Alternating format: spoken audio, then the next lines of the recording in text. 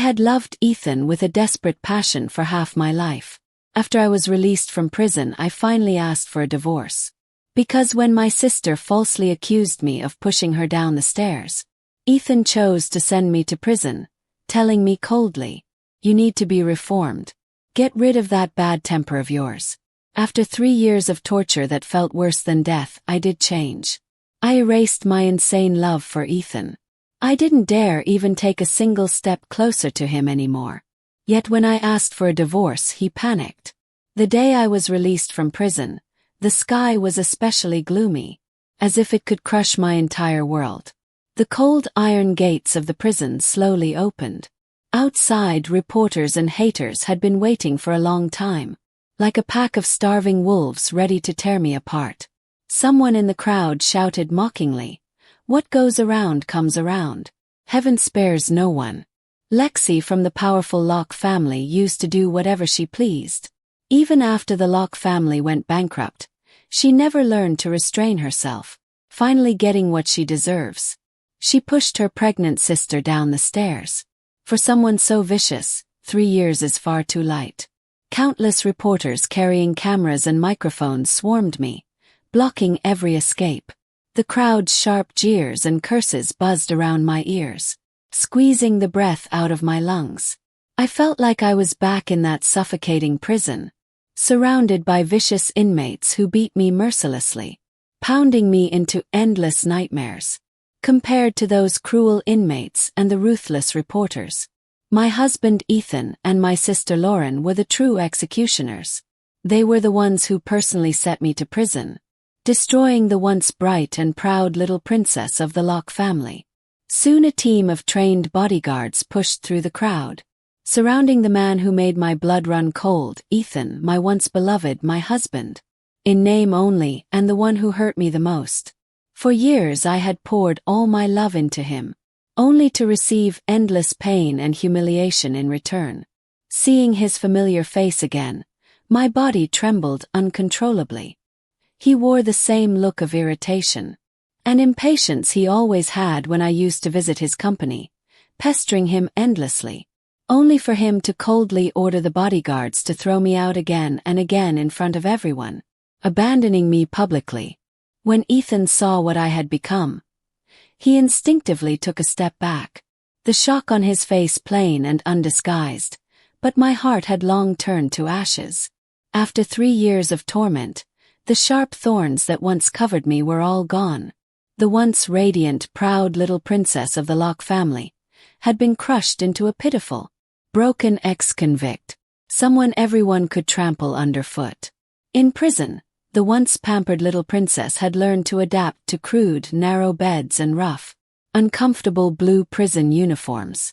I had learned to abandon all my dignity, groveling like a dog, begging the prison bullies for scraps of moldy food. Sometimes, just to avoid another kick, I would kneel and kowtow over and over again, begging for mercy. Within a week of being imprisoned, I had found gray hairs on my head. Years passed, and now half my hair must have turned white. Long-term malnutrition had made my body scrawny and sallow, my face haggard and prematurely aged. Ethan's disgusted gaze came. It was no surprise. Standing there in front of me, Ethan looked even more attractive than 3 years ago. He wore a perfectly tailored, handmade Italian suit, highlighting his tall, lean frame. His features were sharply refined, and years of power had only made his presence more commanding. The contrast between him and my wretched self was brutal, perhaps smelling the layers of complicated foul odors clinging to me. He pinched his nose in disgust and frowned. "Lexi, didn't they have bathrooms in prison?" I lowered my head even more, hiding my filthy, scarred hands deep inside my sleeves, remaining silent. I was indeed dirty, humiliating enough to shame Ethan and tarnish the Locke family name.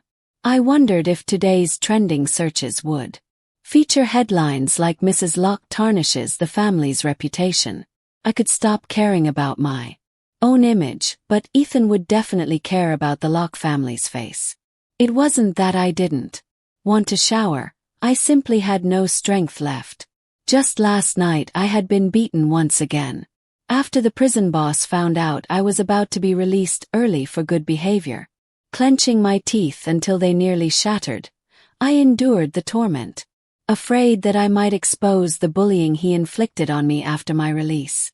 The prison boss brought a few lackeys to block me in a corner, jamming toothpicks one by one into the gaps between my fingers, viciously threatening, "Let's see if you dare say anything when you get out." I shook my head like a rattle drum, hoarsely pleading I won't dare. My desperate begging became their greatest trophy. The more I screamed, the harder they beat me. In the end, I crawled back to my dorm with bloodied, mangled hands, inch by inch. Seeing me stay silent for a long while, Ethan hesitated, seemingly wanting to reach out and pull me away. But the moment his fingertips were about to touch me, I jolted like I had been electrocuted, recoiling violently to avoid his touch. "Lexi, what's wrong?" Ethan's voice carried a rare flicker of confusion.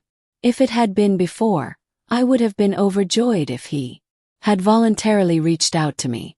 Now, my reaction made him feel like he was facing a complete stranger. I avoided his gaze and rasped out, "No, nothing, Mr. Lee, let's go." "What did you call me?" Ethan growled in a low, angry voice, the kind he only used when he was extremely displeased.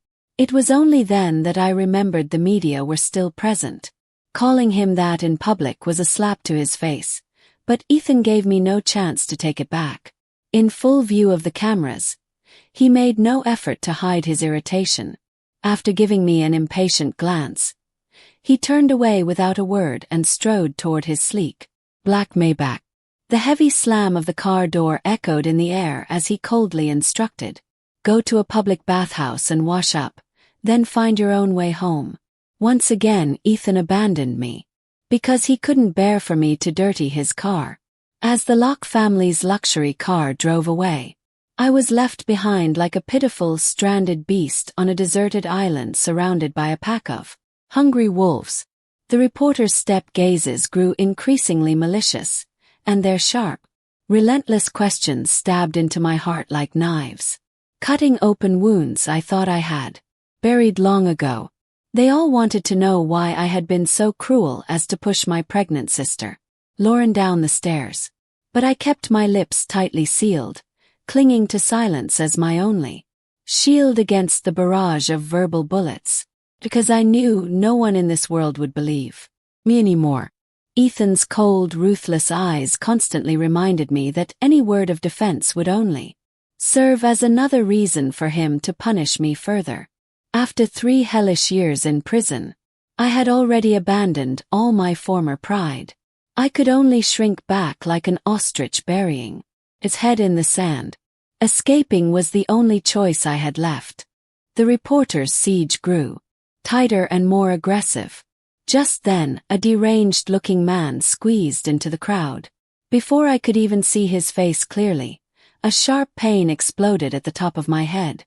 A rotten egg smashed squarely against me.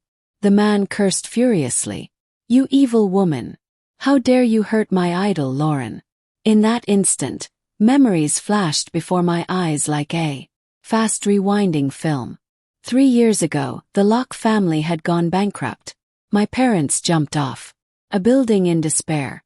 Overnight, I fell from the pampered princess of the Locke family to a despised disgrace. The enormous debts that followed were like death warrants, pushing me to the brink of destruction just as I was about to follow my parents to the rooftop. It was Ethan who reached to me. He not only paid off all my debts, but also married me. Meanwhile, my sister Lauren, who once thrived in the entertainment industry, thanks to our family's status, found herself struggling miserably after the Locke family's downfall. To make matters worse, her wealthy fiancé, upon learning of our family's collapse, cruelly kicked her out. Despite her being pregnant, Lauren became a cast-off, abandoned by the rich. At the time, newly married to Ethan and full of joy, I welcomed Lauren into our home. Never could I have imagined that she would set her sights on Ethan right before my eyes. She flirted shamelessly with him. Hurt and furious, I confronted her. What happened next would haunt me for the rest of my life. When people arrived, they saw Lauren lying helplessly in a pool of blood, clutching her belly and crying out for help. And there I stood nearby, panic-stricken. My hands stained with bright red blood from trying to help her. From that moment on, in everyone's eyes, I became the monstrous woman who had harmed an innocent unborn child. The villain who had destroyed my own sister's happiness. Without giving me a chance to explain, Ethan had thrown me into the police station, coldly telling me, "You need to be reformed. Get rid of that bad temper." What awaited me in prison was endless torment and humiliation. Many inmates had heard of Lauren's story, and they hurled vicious insults at me, beating and kicking me mercilessly. I learned that only by begging, promising never to bother Ethan again, could I get a moment's respite from their fists and kicks. Snapping back to the present, the rotten egg still clung to my matted hair. With a loud thud, I instinctively dropped to my knees, begging for mercy without even thinking. I knelt down and begged in desperation. "Please, don't hit me. Don't hit me." The surrounding reporters, initially shocked, quickly reacted, their cameras capturing this scene of me, groveling like a dog. Tears blurred my vision, but I still sobbed and pleaded. "I really won't pester Ethan anymore. I swear I won't." I looked fearfully at the fan who had thrown the egg. My heart was gripped with terror, afraid he would be like those demons in prison, kicking, punching, even burning me little by little with curling irons. That helplessness, that scorched smell lingering at the tip of my nose, was a nightmare I could never forget. I knelt on the ground, wanting to kowtow to him, hoping to earn even a sliver of mercy. But my torrents of tears, my desperate pleading, the loud thuds of my kneeling, all of it was useless. In this world, no one cared about the life or death of a vicious woman like me. Everyone stood with Lauren, and even though she wasn't here now, her shadow still pressed down on every breath I took. Just when I felt utterly hopeless, a voice suddenly rang out from the crowd. "That's enough." A tall figure pushed through the mass of reporters. Before I could react, a slender but strong hand appeared in front of me, warm and steady, offering support. Was there actually someone willing to reach out to me? For a moment, I forgot my fear and looked up. Standing before me was Lucian. Lucian, my childhood neighbor. The one who had always bickered with me, teasing me endlessly, but somehow always popping up in my life when I needed him. Unlike the gentle older brothers and other families, he was different with me. Our relationship had always been full of fireworks. He was polite and courteous to Lauren, but when it came to me, the once proud little princess of the Locke family, he never hid his disdain. Yet now, when I was completely isolated and abandoned, it was him who showed up. I stared at him blankly as he carefully draped his jacket over my shoulders, his gaze steady and reassuring. "Come on, I'll take you home," he said. Under the stunned and curious gazes of the media, Lucian helped me to my feet and shielded me tightly within his arms, pushing through the crowd. The sense of safety he gave me almost made me forget about all the suffocating cameras and the deafening noise around us. But just as I began to breathe again, a cold and familiar voice shattered the fragile peace. "Stop right there." Ethan's furious shout pierced the air. I hadn't expected Ethan to turn back. Was he worried about me? Impossible. He was only worried about the Locke family's reputation. "Lexi, you really are something," Ethan sneered openly. "Even Lucian's willing to play the knight in shining armor for you." His gaze was sharp as a blade, as if he wanted to slice me to pieces. If looks could kill, I would have died 1,000 times over under his stare. "Don't think that staying silent can get you off the hook," Ethan said coldly, his voice dripping with venom. Lucian sensed my growing tension and unease. He patted my back gently, trying to comfort me, and quickened his pace, wanting to get me out of that suffocating place as fast as possible. Lexi, don't forget, Ethan called out. Striding after us, you're still my wife, at least in name. His words struck a nerve. Yes, a wife in name only. How laughable.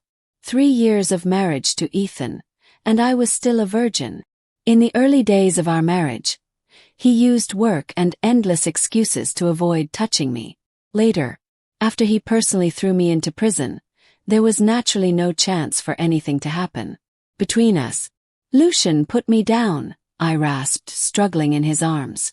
Lucian's face showed a flash of shock, but with a helpless sigh, he gently set me down. His eyes were full of heartache and confusion. My voice was hoarse but firm. I need to go back to the lockhouse. Ethan's lips curled into a smug smile, thinking he had won. Did you hear that, Lucian? Lexi said she's coming back with me, but he celebrated too soon. My next words shattered his triumph like a hammer blow. I want to go back with you to finalize our divorce. In that instant, Ethan's smile froze on his face, while Lucian stood silently by, a complicated look flickering in his eyes.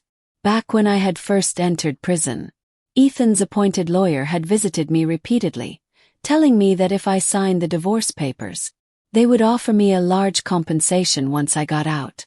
Back then I had stubbornly thought, I haven't done anything wrong. Why should I crawl away shamefully and divorce Ethan? As long as I didn't sign, I would still be Mrs. Lee. Even if I died, I wouldn't give up my place to Lauren. I would make sure she remained nothing but a shameful mistress for the rest of her life. But it wasn't long before I regretted it. After being tormented for a month in prison, when I was no longer human nor ghost, I had only one thought left. Divorce Ethan. If I divorced him, maybe I would get beaten less. Maybe I could have enough to eat. Because I knew without Ethan's tacit consent, the people in prison would never have dared to treat Mrs. Lee like this. He was clearly punishing me for refusing to sign the divorce papers. I cried and begged him for another chance, swearing I would sign immediately. But Ethan only sent someone to the prison with a message. Now you regret it. It's too late. Under the fists and kicks, under the pain of having my hair yanked, my head slammed into filthy things. The arrogance of the once proud Locke family princess was completely crushed. Just last night, even when I begged 1,000 times promising I would never bother Ethan again, those women showed no mercy. In fact, they were even crueler. Only when I whimpered I wanted divorce did they finally stop. It must have been Ethan's order. Again. Since that's what he wanted, I would grant him his wish. Because the moment he threw me into prison without asking for the truth, my heart had already died. The woman who had once loved Ethan madly had died in that prison cell. Now the only thing I wanted was to divorce him as soon as possible. When Ethan heard the word divorce, he clearly didn't register it right away. He stood there frozen, probably thinking he had heard wrong. He clenched his fingers and, through gritted teeth, squeezed out, "Are you sure?" I nodded solemnly and replied, word by word, "I'm sure." After we returned to the lockhouse, Mr. and Mrs. Lee rushed over, eager to see me. But when they saw what I had become, they instinctively took a step back. The words of concern they had prepared stuck in their throats. Their gazes grew complicated like a palette, knocked over, blending shock, heartache, regret, and yes, I caught it clearly. Disgust. That's right, disgust. After all, I was no longer the pampered little princess of the Locke family. I was now a disgraced ex-convict, despised by everyone. There was still sticky egg yolk clinging to my hair, tears and mucus streaked across my face, half-dried, and I reeked of something indescribable. Even I found myself repulsive. Mrs. Lee opened her mouth but hesitated, finally frowning and ordering the servants, "Take her to clean up." They didn't lead me to the master bedroom nor to a guest room. The new maid simply brought me to a small, dark, damp room in the basement, the maid's quarters. Her voice was cold. "Take care of yourself here first. Before I could respond, she shoved a maid's uniform into my arms. "When you come out, make sure you're wearing." I laughed bitterly inside. 3 years had passed, and the Locke family had changed batches of maids many times. She didn't know I used to be the mistress of this house. But it didn't matter anymore, because soon I wouldn't be. Soaking in the tiny but warm bathtub, I shivered uncontrollably. When was the last time I had felt this warmth? It had been so long I could barely remember. For the first time, I didn't have to worry about someone barging in, dragging me out, or pressing my head into a toilet. For the first time, I felt an unprecedented sense of relaxation.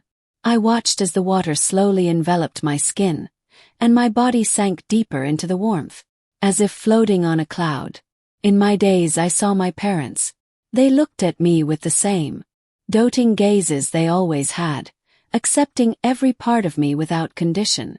I had been in prison so long I had nearly forgotten. I was once the precious little princess, held in the palms of my parents' hands. I saw them reaching out to me, smiling brightly. You're finally here." Just like when I was a child seeing my parents return from a business trip, I would run toward them, overjoyed, eager to see what gifts they had brought me. They were right there in front of me. But no matter how desperately I ran, even losing my shoes in the rush, I still couldn't reach them. It felt like they were getting farther and farther away. Lexi. It felt like I could hear someone frantically pounding on a door. The banging grew louder and more urgent, one hit after another, thudding directly against my heart, making me panic. Star-led awake by the sound, I realized the water in the bathtub had almost submerged my head. The pounding on the door grew even more violent, slamming against my nerves. Just as I finished dressing, the bathroom door was kicked open by Ethan. His eyes were bloodshot, his face twisted with fury. "Why didn't you answer?" he barked. I dropped to my knees in fear, trembling. "I'm sorry, I didn't hear you just now. I didn't do it on purpose." My actions startled him for a moment. After a brief pause, he let out a cold snort. Another trick, trying to get my attention again. It wasn't unreasonable for him to doubt me.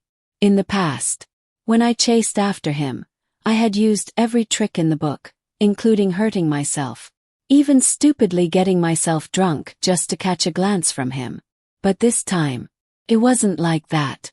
I swear I wouldn't dare anymore. I wouldn't dare bother Mr. Lee again. I explained, my voice hoarse and trembling. Hearing that, Ethan stiffened slightly. He finally moved closer, reaching out as if to help me up. But the moment his hand brushed mine, I instinctively recoiled, collapsing back onto the floor, violently resisting any contact with him. Seeing me like this, Ethan's brows furrowed deeply. His fingers clenched so tightly they turned white. "What's wrong with your hand?" I had reacted too strongly and forgotten to hide my hands. Only then did Ethan notice the crude bandages wrapped around my fingers. His frown deepened.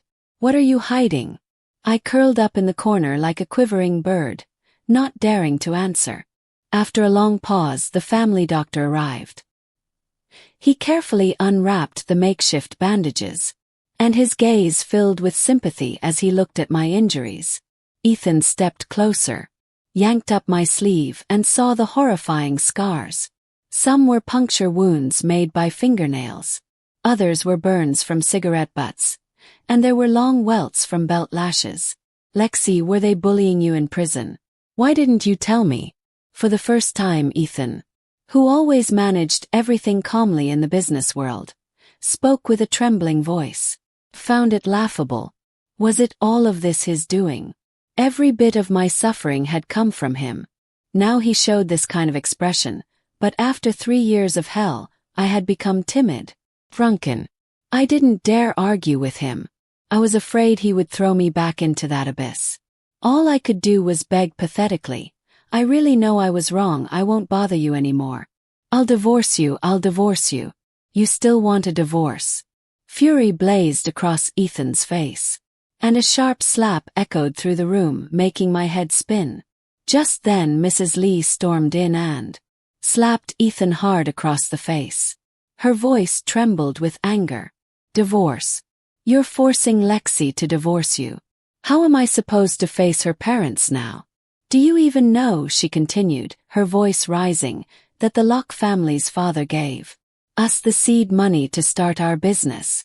Through all these years of storms, the Locke family's support was what kept us afloat.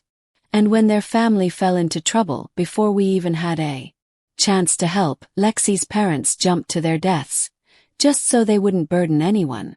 No. The thing they worried about the most were their 2 daughters. So our family, our Lee family, owes it to them to take good care of Lexi and Lauren. We cannot betray the Locke family's kindness. If I hadn't seen that Lexi was head over heels for you, I never would have agreed to let you marry her." Tears welled in Mrs. Lee's eyes as she pointed a trembling finger at Ethan. "Has your conscience been eaten by a dog? After everything Lexi's parents did for us, you treat their daughter like this?" Ethan covered his face, his hair messy, his head lowered in silent shame under her hysterical scolding. In the end, Mrs. Lee grew so furious that she nearly fainted and had to be helped back to her room by the servants. After the doctor quickly treated my injuries large and small, I finally sat down to eat my first proper dinner in a long time. It had been arranged by Ethan. Among the dishes was something I used to hate the most: cilantro and onions. But now I treated them like treasures. Even though I tried to control myself, I still couldn't help devouring the food like a starved animal. After all, in prison I could only eat moldy or rotten scraps. Sometimes when hunger drove me mad, I would even scrape at the peeling walls to eat. "Lexi, how did you end up like this?" A gentle, concerned voice floated into my ears. I looked up and saw that it was none other than my dear sister Lauren. She must be feeling very pleased now. The once proud little princess of the Locke family was now reduced to this, eating like a refugee from a famine. Ethan cleared his throat awkwardly, rubbing the bridge of his nose. "Your sister heard you were released. She insisted on coming to see you," he explained. Lauren, known as a master of staged emotions, put on the best performance of her life, her face full of worry as she looked at me. "Lexi, was it hard for you in prison?" I ignored her, lowering my head and shoveling food into my mouth even faster. She continued speaking as if nothing had happened, recalling the past. "I don't blame you, I know you didn't mean to." I still said nothing. Ethan, however, became irritated. "Lexi, your sister is talking to you. Are you mute now? Say something." Startled, my chopsticks and bowl clattered to the ground. I didn't even have time to pick them up, only trembling and stammering out an apology. I'm sorry, I won't bother Mr. Lee anymore. Swear." I was terrified that if I didn't apologize fast enough, Ethan would retaliate against me. But in Lauren's eyes, a flash of sinister satisfaction appeared, hidden yet obvious. She quickly covered it with an understanding smile, and said to Ethan, "It's all right, I know she didn't mean to." Then she even put on an act of scolding Ethan, "You're being too harsh. Lexi just got back from prison, you shouldn't be so fierce." She turned to me and said sweetly, "Since it's been so long since we've seen each other, why don't I stay with you tonight? We can catch up like sisters." Before I could say no, Ethan had already agreed on my behalf. Later in the room, Lauren came out wearing my pajamas. "I didn't bring any clothes," she said with a smile, "so I borrowed yours. You don't mind, do you?" Although I was extremely uncomfortable, I had no strength to argue. My voice was dry as I asked, "Are you reeling, my sister? What did I do wrong? Why did you frame me?" In the room with only the 2 of us, seeing me confront her so directly, Lauren's face finally twisted into a cold, venomous sneer. She chuckled as if she had just heard the funniest joke. "Why are you even asking me why? Shimok, your very existence is the biggest mistake." She laughed coldly. "You competed with me for inheritance, for Mom and Dad's love. When we were kids, I excelled in dancing, piano, etiquette, but our parents always doted on you, the mischievous, rebellious troublemaker. As we grew up, I encouraged you to be spoiled and arrogant. No matter what you did, they indulged you. But when I wanted to enter the entertainment industry, they scolded me, saying it was a filthy place and forbade me from joining. I finally managed to marry into a wealthy family, and thought I had outshined you. But then the Locke family went bankrupt, and I was kicked out of that rich family. Meanwhile, you picked up the scraps and married Ethan. She narrowed her eyes with hatred. So tell me, how could I not hate you? My lips trembled violently. You hurt your own sister over something like this. Lauren folded her arms, towering over me. That's right, and you know what else? She leaned in and whispered, you don't even know why Ethan fell for me, do you? Froze. She smirked maliciously. It's because I told him, the one who saved him when he was little was me. My pupils shrank violently. I stood there, frozen, unable to react. I remembered when I was young, Lauren had once lost me. I had been kidnapped and fell into the hands of human traffickers. That was when I met Ethan.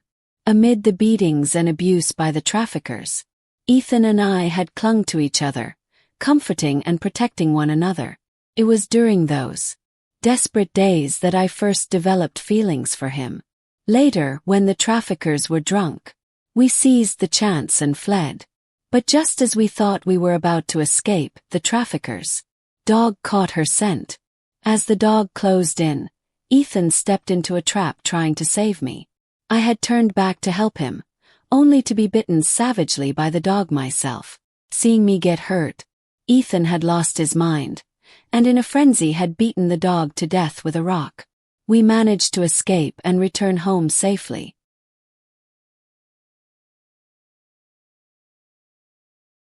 After that, I had only ever told my sister Lauren about what happened, describing every little detail of the hardships Ethan and I endured during those years later, when Lauren brought her classmates home for a birthday party. I recognized Ethan at a glance and told him I was the little girl who had saved him back then. But Ethan didn't believe me. He thought I was lying. Only now did I finally realize Lauren had stolen my credit for saving him. The injustice and grievance of being framed and betrayed flooded my heart. I don't know where I found the courage, but I slapped her across the face. Lauren stared at me in disbelief for a moment, then ran out of the room. Not long after she came back, dragging Ethan with her. Lexi, I thought a little hardship in prison would teach you some humility. But it turns out you're still the same arrogant brat, Ethan sneered. His eyes filled with rage. Don't you even want to ask why I hid her? I demanded. Wales, you bullied your kind, forgiving sister, he spat coldly. Look at that. Ethan would never listen to my explanations. He would only stab me again and again without asking for the truth. But I no longer had the energy to explain anything to him. He would never believe me anyway. Besides, I had already let go of him. I just wanted to divorce him, to free him and Lauren to be together. Then let's get a divorce, I said again, putting all my focus on my only wish. Lexi, even throwing a tantrum has its limits. He snapped.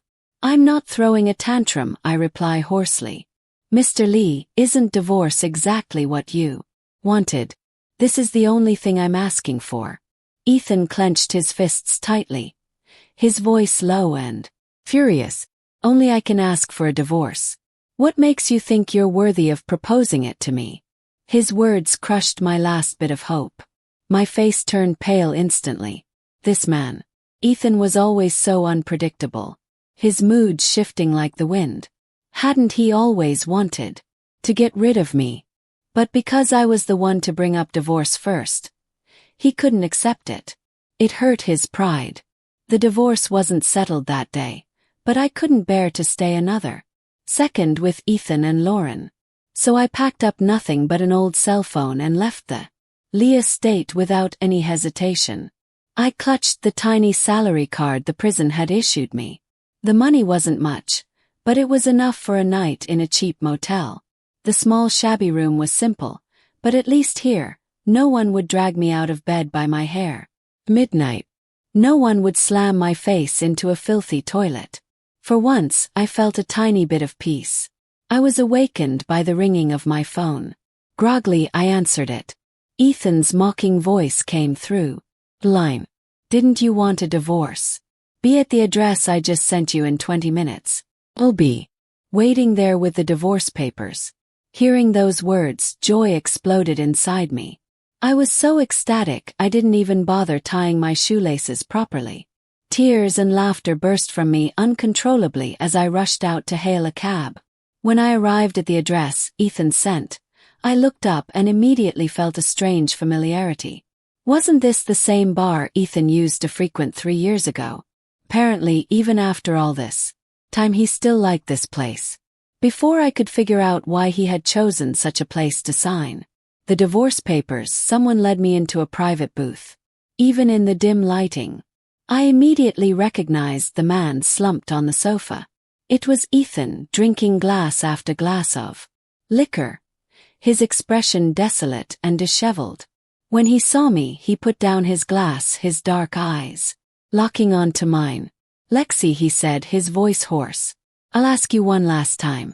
Do you really want to get a divorce? I do, I answered without hesitation. I want a divorce. He frowned deeply. Just because I didn't visit you once during those 3 years in prison, you want to divorce me? Other than that, what other reason do you have to dare challenge me like this? I shook my head. My heart died the moment you threw me into prison 3 years ago. His frown deep and further. Even if you were Mrs.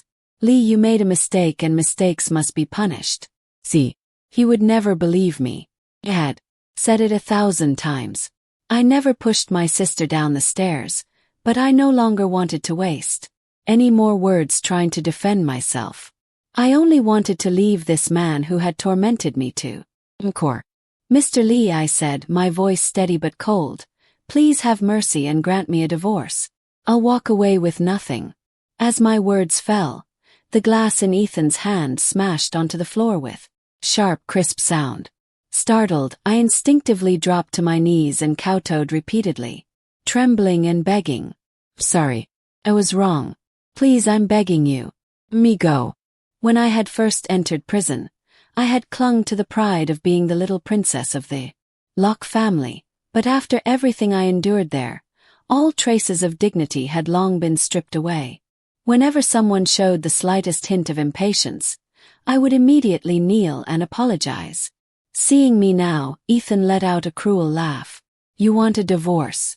He said suddenly. Fine. But tonight you'll stay with me.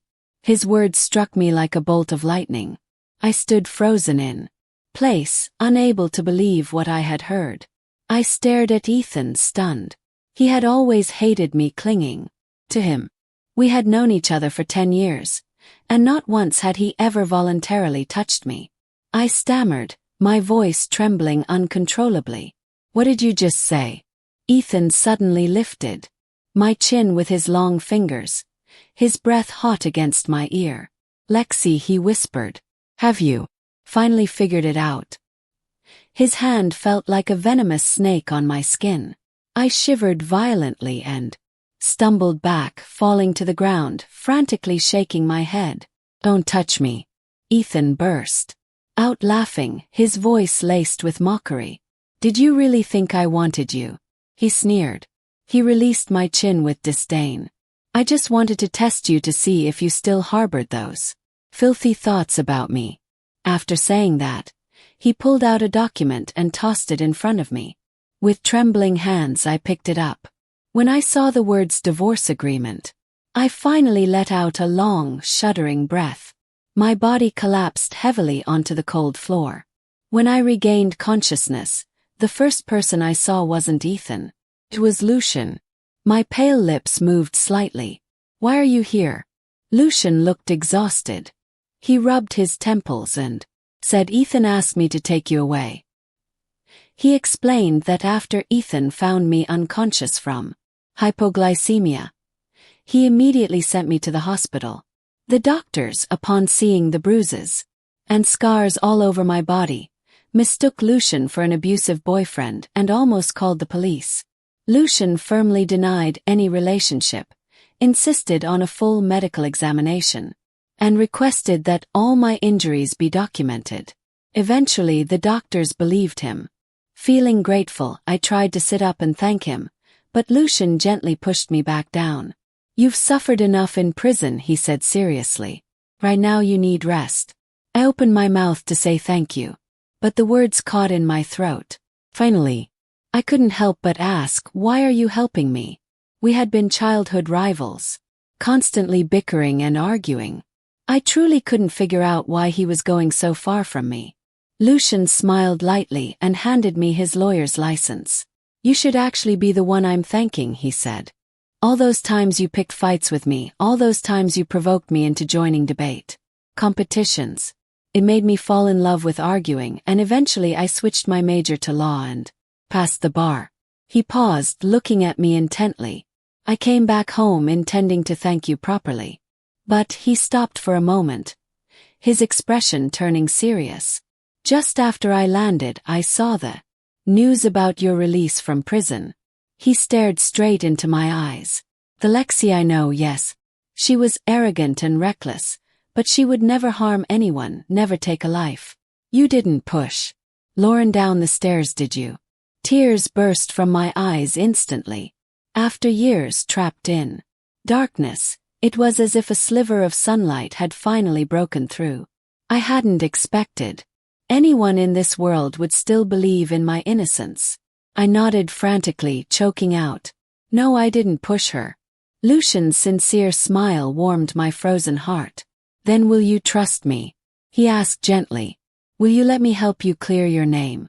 Tears streamed down my face. I choked back a sob and said, "I trust you." "Do."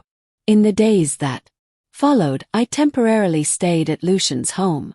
As my legal representative, he said he needed to know every detail of my case to prepare for an appeal. Living together made it easier for us to discuss every possible angle. Under his roof, I was taken care of meticulously. Whenever I tried to help with chores like cleaning, he would immediately stop me, flustered. "Lexi, don't move. Let me do it," he insisted. "If you get hurt again, I'll be stuck paying even more medical bills." After learning about everything I had endured in prison, he even contacted an old classmate he had met on his flight home, a psychology major from Harvard. He often stayed by my side, offering me psychological support and guidance. Through sessions with his friend, the psychology graduate from Harvard, and through Lucian's constant encouragement, I slowly began to climb out of the darkness that had swallowed my soul. Life gradually started getting better.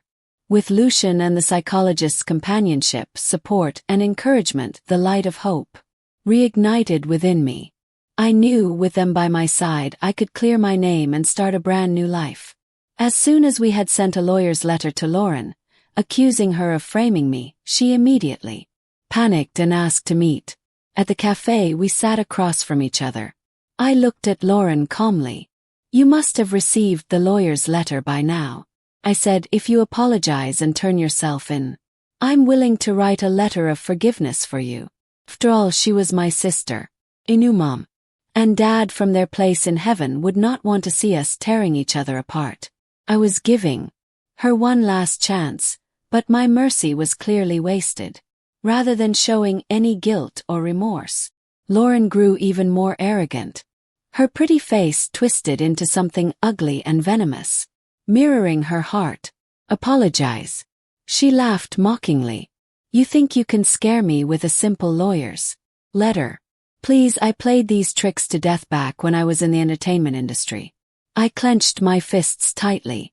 As expected, Lauren was completely beyond saving. "Then what if I told you," I said slowly, "that the maid who helped you falsify evidence back then is willing to testify for me?" Lauren's face froze for a moment, but she quickly composed herself and sneered. "Silly little sister, didn't you know? The only witness from back then already took my money and fled the country." Before I could say anything, she added casually, And by the way, how was prison life for you? She smiled wickedly. It must have been tough, right? That's because the guards and inmates were all paid off by me. The worse you suffered, the better life got for their families. It felt like my chest was being crushed, so it had been Lauren all along. She'd been the one who bribed everyone to torment me. All the pain and humiliation I endured in prison, it had come from my own blood sister.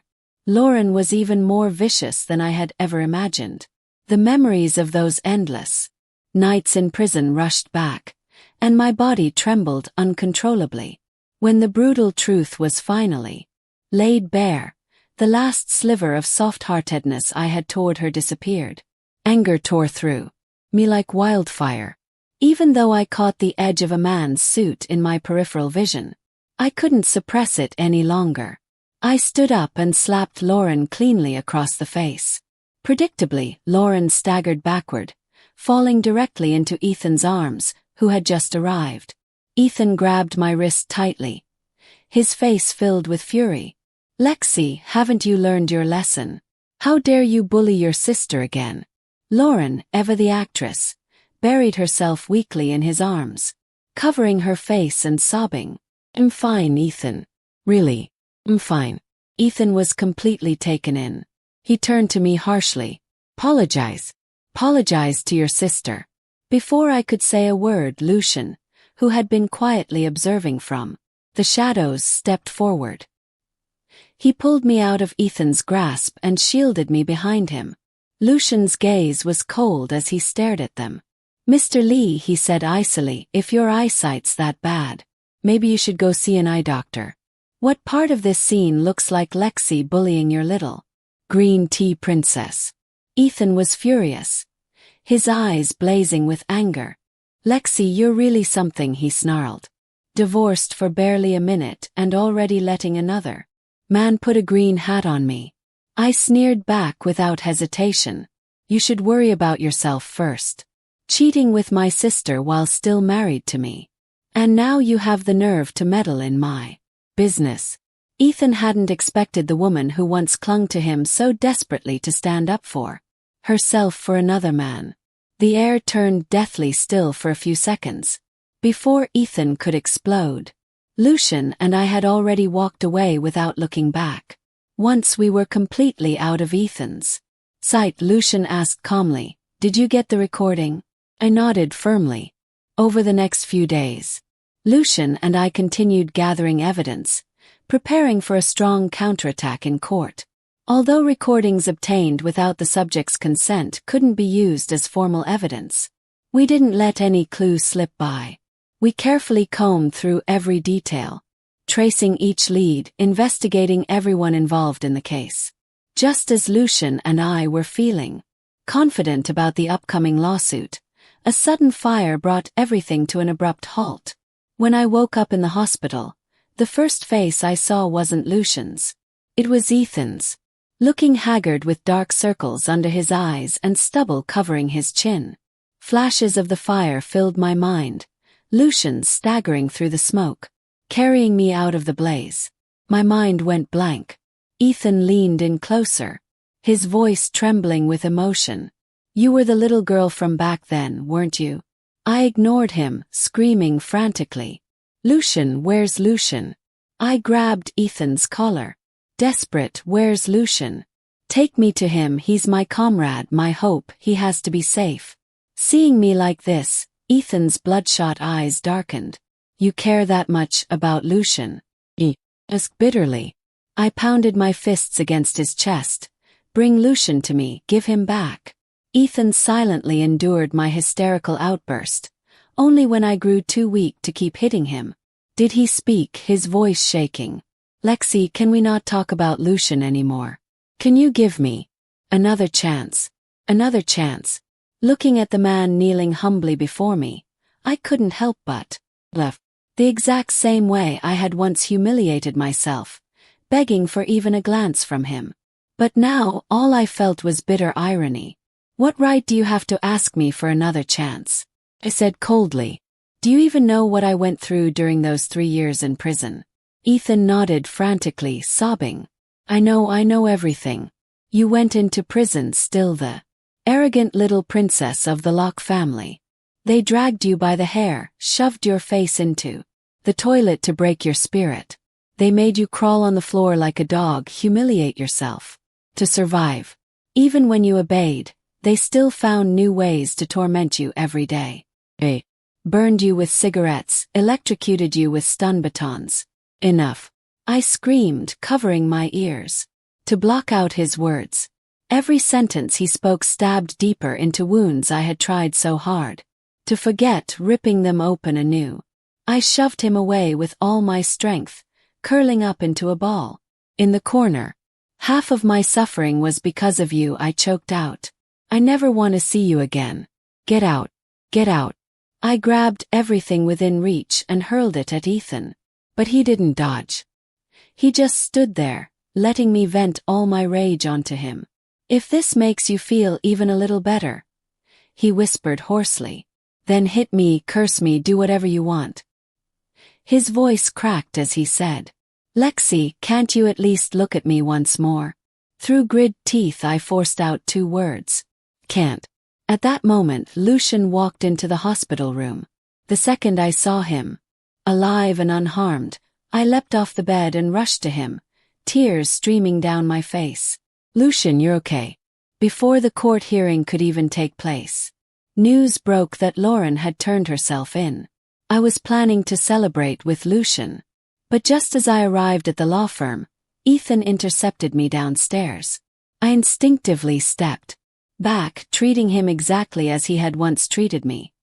Has something to be avoided at all costs. Seeing my reaction, Ethan's pupils contracted slightly, a flicker of pain crossing his face. Lo, Lexi, do you really hate seeing me that much? I stared at him coldly. Mr. Lee, if you're here to talk about getting back together, forget it. Over the past weeks, Ethan had harassed me endlessly, showing up in tailored suits, holding flowers, pleading for a reconciliation. He begged. I refused. He begged again. I refused. Again. My disgust toward him only grew stronger each time. This time, Ethan lowered his head. In defeat, his eyelashes trembling slightly.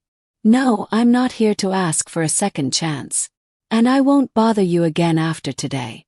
I just came to bring you some good news. My expression remained indifferent. I already know Lauren turned herself in. But aren't you curious why she suddenly decided to surrender? I hesitated, then said cautiously, Did something to her? Ethan's lips curled into a rare smile. My clever Lexi.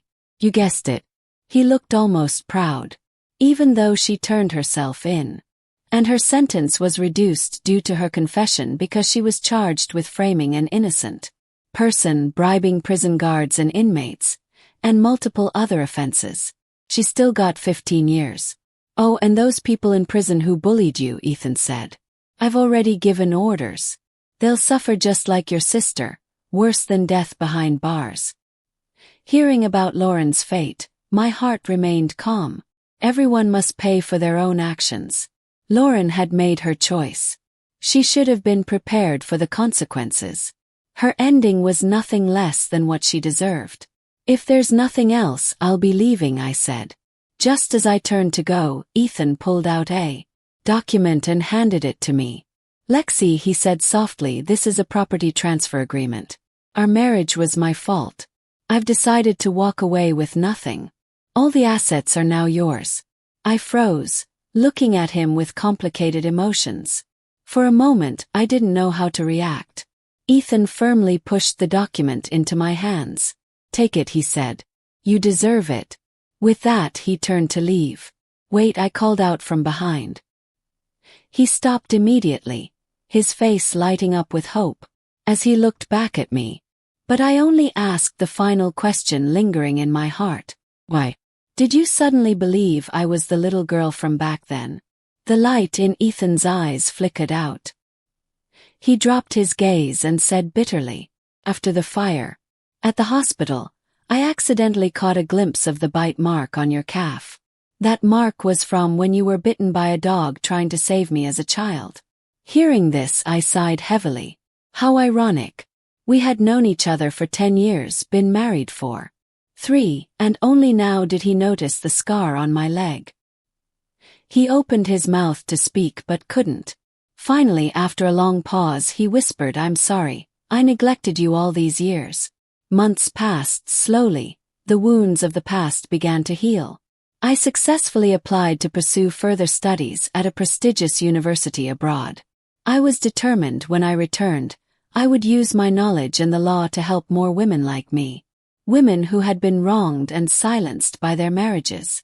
At the airport, amidst the bustling crowds, I dragged my suitcase toward the security checkpoint, filled with hope for the future. "Wait," a familiar voice called out. It was Lucian's friend, the senior from Harvard. She ran up to me breathless, her eyes shining with excitement and joy. "I came today especially," she said, "because there's something important I have to tell you." In her words, Lucian's hidden feelings for me were finally laid bare. His love had been deep and enduring, stretching quietly from our childhood to now. He had always been silently protecting me. He was just too shy to say it aloud. The senior smiled as she continued. "He gave so much, without ever asking for anything in return. Did you know?" he said. "He decided to study law because he overheard what happened to you overseas. He rushed through his coursework, graduated early, and immediately returned home to help you. And that night you fainted in the bar. He almost got himself arrested beating up your ex-husband. For you." As I listened, my heart trembled uncontrollably, like a soft breeze stirring the grass after a long drought. Warmth and gratitude filled my chest. "Thank you for telling me all this," he said, looking sincerely at her. But when I glanced at her expectant eyes, I knew she was hoping there would be a chance for Lucian and me. I gently shook my head. The light in her eyes dimmed. After experiencing one failed marriage, I had finally realized something important. I said firmly, "There's something even sadder than a tragic marriage, and that's living your entire life revolving around a man. This time I want to live for myself. Not to escape from one man, only to chase after another." Through the glass walls, I looked up at the vast, endless sky beyond the airport. There were countless possibilities waiting for me. "So please," I said softly, tell him that love is beautiful, but it's not everything." In her bittersweet but understanding gaze, I slipped a bank card into her hand. "Tell him," I continued after a short pause, "that I'm deeply grateful for everything he's done. And tell him there are more important things waiting for me in life." Ethan had given me all the marital assets, but money was not the ultimate goal of my future. I decided to divide it into 3 parts. One part would go to thank Lucian. One part would support charities helping women in need. And the last part I would invest in myself to grow, to learn, and to walk farther. Because everyone has the right to choose their own path, their own dreams. I would not let my suffering in prison define me. I would accept my scars and move forward with them, searching for the light and the meaning I wanted to fight for. In this world, nothing is more important than becoming truly yourself. The road ahead was still long, but I wasn't afraid.